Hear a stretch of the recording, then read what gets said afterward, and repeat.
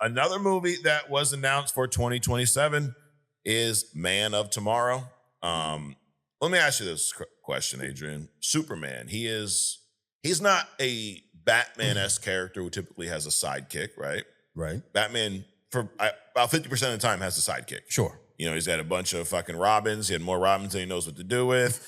Nightwing, he's got his whole Bat family. But Superman he'll work with some people, but he's pretty much a role solo. Yeah. Who would you say, of the teammates you've seen him have over the years, who is his best teammate?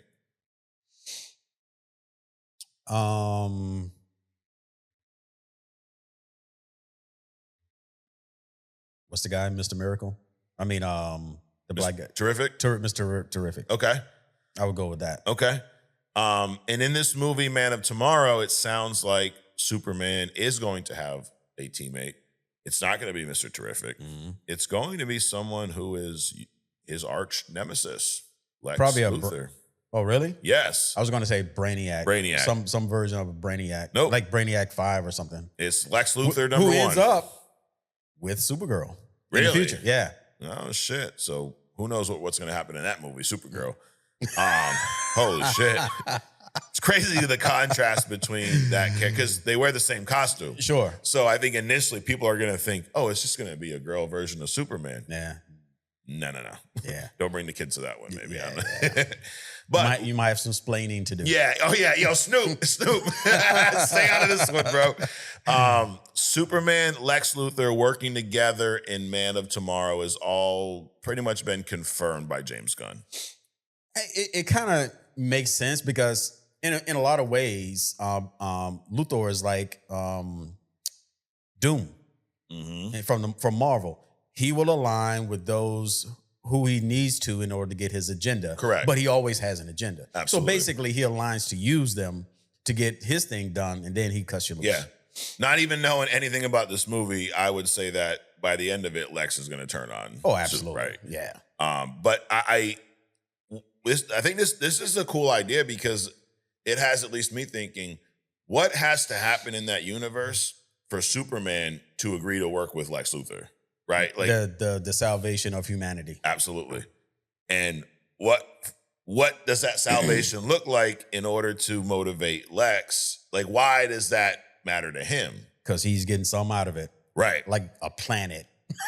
Yeah, exactly. So dude, I like it. It sounds intriguing. You know, instead of just doing a Superman Part 2 where we just rehash, you know. Yeah. Because I mean, so long in Hollywood, you get a good first movie, and then because it makes money, they want a sequel, and they just end up rehashing the same story. Yeah. No. Like, how many times have you watched a series of movies and said the first one was the best? Right. A lot of times. A lot. So the fact that this isn't just going to be a straight up Superman sequel, it's going to be more of a Lex and Superman movie, but it is a sequel to Superman, and these two are working together in some way, shape, or form. Right. In Superman, Ultraman gets knocked into some black hole type of, almost like a black hole. Sure.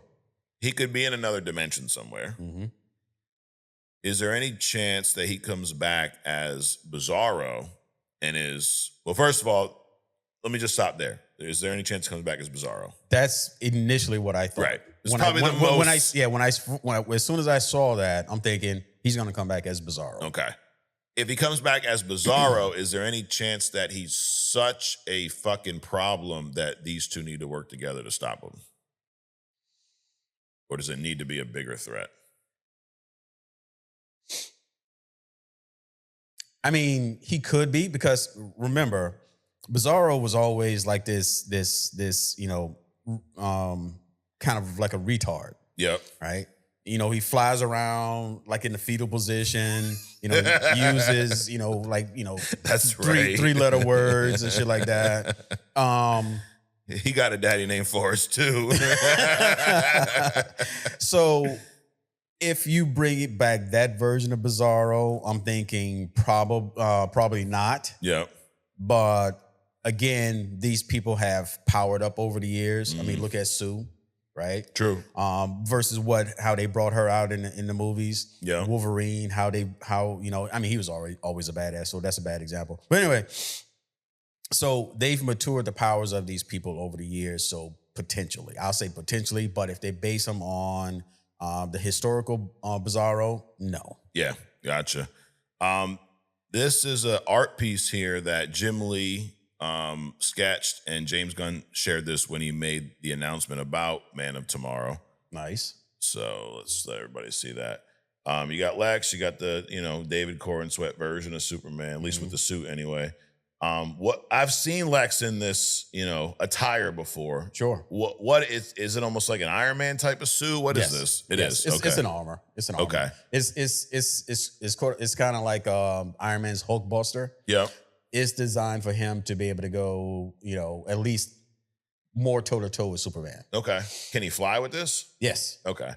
So if it's some crazy threat like a Bizarro and Superman needs some help, sure, he's probably gonna need this version of Lex. So, yeah, dude, I like so far what I hear about this, and this was James' exact comments on the movie. It's as much a Lex movie as it is a Superman movie. I loved working with Nicholas Hoult. I relate to the character of Lex. Sadly, I really wanted to create something extraordinary with the two of them. I just love this script so much. So a couple other characters that will be back. Hawk Girl will be back in this. I wonder if she'll be screaming the way she did in the other one. It didn't bother me as much as it did some people. Some people were pretty upset about that. I mean, we know who Hawk Girl is. I think she's more of a badass than they're portraying her to be. Okay. I mean, she's like so you got Donna Troy, which is like a mini Wonder Woman, right? Yep. And I think Hawk Girl should be at the very least at the level of a Donna Troy, because she's extraordinarily strong, resilient. Yeah. She's she comes from a warrior race. Hawkman's the pussy out of all this. But Hawk Girl, I think she should be elevated, higher than what she was. Now the screaming, I think it was unnecessary. Yeah. Yeah, I mean, I guess I've not had much of an exposure to Hawk Girl as a character, so I can't tell you if the screaming is out of character or not, and it didn't bother me. I mean, it wasn't as bad as the damn goats in Thor: Love and Thunder, so I guess there's that. Okay, there's that. A couple other characters that will be back: Lois Lane, which I think we all probably expected that. Yeah, and then Jimmy Olsen, bro. Jimmy Olsen's coming back, right. which I like this character in the movie. Does it mean that Lex's ex is going to be back too? Over there. I think you have to, right? Yo, she has to show up in some way, shape, or form. Maybe. Anyways, Superman. Speaking of Superman, it was released on video on demand recently, digital, that whole deal. And it was, it kind of speaks to the point of the whole box office versus, or box office not being the end all be all with a movie anymore. Sure. Right? People, this movie flopped and Dude, I don't know that these movies flopped. Did they do as much as, comic book movies from 10, 15 years ago did in the theaters? No. But I also think there's a much longer life on digital release now than there was back then. And there's more, and this is the second part of this is more of an assumption, but I bet if we were to look at numbers, the purchases on video, digital release, and streaming numbers are much higher now than they were 10 years ago. I would agree with that. And the reason why I think is, we've talked about this, 5 years ago, movies didn't come out in 90 days, like theater to streaming, right, or theater to digital release. It took longer, 6 months, a year. Hold on. So just for clarity, what's the difference between digital release and streaming? Digital release is when you have the option to rent or buy. Okay. Streaming is when you can go watch it on a streaming service that you paid for. Okay, so, but they're still on a streaming platform, regardless. Yeah. But digital release means that, it's on Netflix, but you got to pay for it. Yep, you got and streaming it's on Netflix, but it's part of your subscription. Correct, right. Okay. Like this movie, you could buy it on Prime, you could buy it whatever. I bought it on Google, but I bought it, I could watch it, I own it. Right. Then, I would assume at some point over the next few months, it's going to hit HBO Max. Sure. And anybody who has that platform will be able. But the digital release numbers are a big deal because Sure. it's not just box office numbers. They're not making a movie just for the box office. The fact that these movies turnaround time 90 days. This movie was released on digital, I think, a month and a half after it came out, possibly. So when that happens, people are not in that much of a rush to go see it in the theater. Right. If it's a matter of 4 or 5 weeks, do I really care? Unless I'm a Superman glazer, you know what I mean? Like Iron Man puts out a movie, you're probably like, yo, I want to go see that shit. Like if we weren't doing the podcast. Right. And you're like, oh, I could wait. I don't need to see it to review it or whatever. Iron Man's your guy. That shit comes out. You're probably like, fuck, I'm going to go see this. Right. As opposed to like a Madam Web. It gets released on a Friday and Friday night it's it's streaming, right? Right. But let's say it was Thunderbolts. You ended up liking the movie. Yep. But if you knew it was going to be on streaming in 5 weeks and you weren't working on a podcast, you'd probably wait the 5 weeks. I wait. Right? Yeah. And maybe cough up the money to buy it, $20-$30 versus $4,000 to go to the movie theater. No, I would definitely wait till it gets to streaming. Or wait till it gets streaming. If I wasn't into comics and it was just like, because at that point it's just another movie, right? Then I would definitely wait until streaming. But here's the thing. People that subscribe to a streaming platform, that doesn't mean that they have the different levels of that platform, right? So one of the incentives for movies to go from the theater to digital release is the advertising dollars for those that don't have the no ad subscriptions. That too, right? Yep. So the movie, production house that makes the movie, they're gonna make a lot of money off of ad dollars off the streaming revenue because everybody's not gonna sit there. So when you first open it up, you're gonna see probably an ad or you're gonna see some ad around it. And then of course they're gonna cluster all the fucking Superman movies ever existed around it so you can watch those too, which is even more ad dollars. So there's a huge incentive to get that, not so quickly that you don't get, the theaters can't make money because that's the intro. So just like weed, to heavier drugs, movie theaters are the gateway to digital streaming. I gotta push back on that, Adrian. Weed is not the gateway to fucking anything.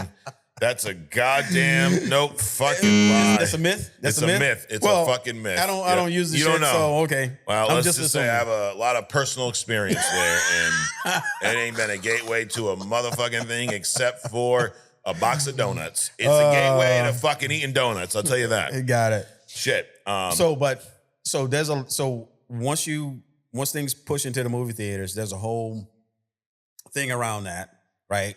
That introduces people to the movie because the advertising, all blah, blah, blah. But then they play their game about, okay, so how fast do we want to get this to the to the digital platform? Right.